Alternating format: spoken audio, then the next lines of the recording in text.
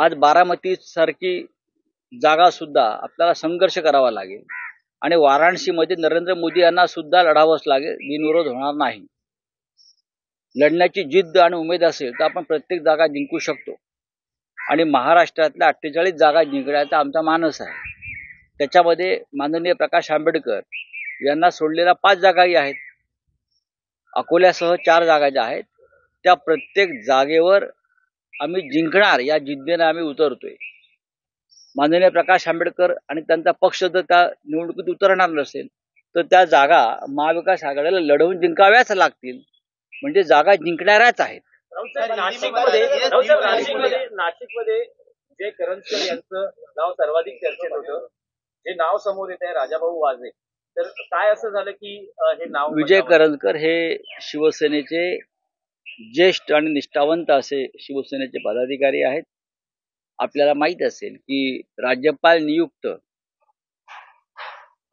आमदारकीसाठी सदस्यासाठी विधान परिषदेत जी नावं पाठवली होती त्यात विजय करंजकर यांचंही नाव होतं. ते त्यामुळेच अत्यंत कडवट शिवसैनिक आहेत.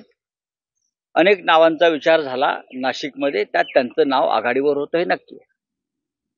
त्याच्यामुळे कोणाला कापून किंवा कोणाला घरी बसून उमेदवारी कुठे दिली नाही.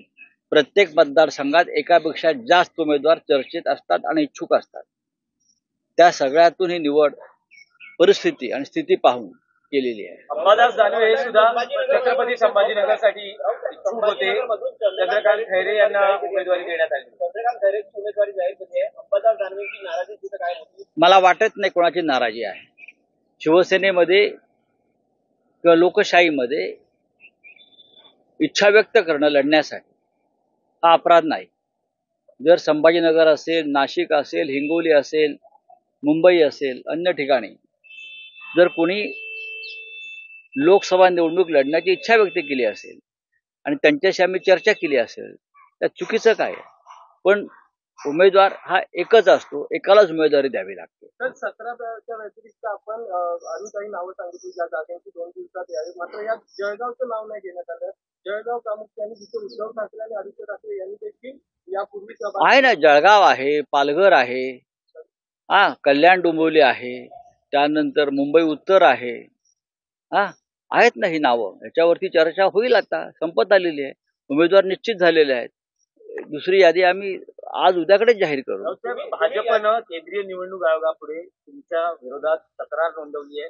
पंतप्रधान नरेंद्र मोदी यांच्या तुम्ही आक्षेपार्ह केलेल्या मी कोणताही आक्षेपार्ह विधान सन्माननीय प्रधानमंत्री नरेंद्र मोदी यांच्याविषयी केलेलं नाही. दिल्लीचा एकंदरीत कारभार हा तुगलकी पद्धतीचा किंवा औरंगजेबी पद्धतीचा आहे असं म्हणणं त्याला आक्षेप घेण्यासारखं काय आहे? याला हुकुमशाही म्हणतात. औरंगजेबाचा कारभार, हिटलरचा कारभार, कोणी हिटलरशाही म्हणतं. आम्ही महाराष्ट्रात आहोत, आम्ही औरंगजेबाचा कारभार म्हणतो. त्यात आक्षेप घ्यावा असं काय आहे? त्यांनी त्यात सुधारणा करावी. सर, आपण घोषित केलेले अमोल कीर्तीकर यांना ईडीचं समन्स आलं आहे. आजच हजर राहा असं देखील त्यात नमूद करण्यात आलं. जाणीवपूर्वक दबावतंत्र वापरलं जाते. जे केजरीवाल यांच्या बाबतीत होतंय तेच महाराष्ट्रात मुंबईमध्ये शिवसेना, राष्ट्रवादी आणि काँग्रेसच्या बाबतीत होतं. पण कीर्तीकर असतील, अमोल कीर्तीकर असतील किंवा आम्ही सगळे असू, कोणत्याही दबावाला बळी पडणार नाही. तुम्ही ईडी लावा, सीबीआय लावा, आणखीन काही लावा, ही तुमची सगळी हत्यारं भविष्यात बोथट ठरतील. आणि केजरीवाल हे मुख्यमंत्री म्हणून अजूनही तुरुंगातून काम करतायत आणि त्यांची लोकप्रियता ही मोदींपेक्षा जास्त झालेली आहे. अमोल कीर्तीकर यांना जर ईडीने अटक केली तर त्यांची उमेदवारी त्याबद्दल काय भवितव्य? शुभ बोलरे नाऱ्या असं मी म्हणतो. पण तुरुंगातून ते निवडणूक लढतील की उमेदवार बदलला जाईल? अजिबात उमेदवार बदलला जाणार नाही. अमोल कीर्तीकरांच्या पाठीशी संपूर्ण शिवसेना ठामपणे उभी आहे. हे दहशतवाद, दबाव याला झुकणारे आम्ही नाहीत. जे जायचे डरपोक ते निघून गेले. आम्ही लढणारे लोक आहोत. त्यात अमोल कीर्तीकर आहेत. आम्ही लढू आणि वायव्य मुंबईची जागा जी अमोल कीर्तीकरांची उमेदवारी आम्ही जाहीर केली आहे तिथे त्यांचीच उमेदवारी कायम राहील. आज हमने शिवसेना की तरफ से 22 उम्मीदवारों की घोषणा की है.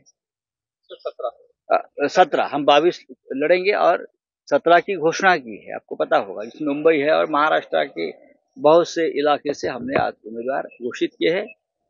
जो मैं आपको अगर चाहे तो लिस्ट पढ़ के बताता हूँ। बुलढाणा से नरेंद्र खेडेकर जी है, यवतमाळ वाशिम संजय देशमुख, मावळ संजोग वाघेरे पाटील, सांगली महाराष्ट्र केसरी डबल महाराष्ट्र केसरी चंद्रहार पाटील, हिंगोली नागेश पाटील अष्टीकर, संभाजीनगर चंद्रकांतजी खैरे,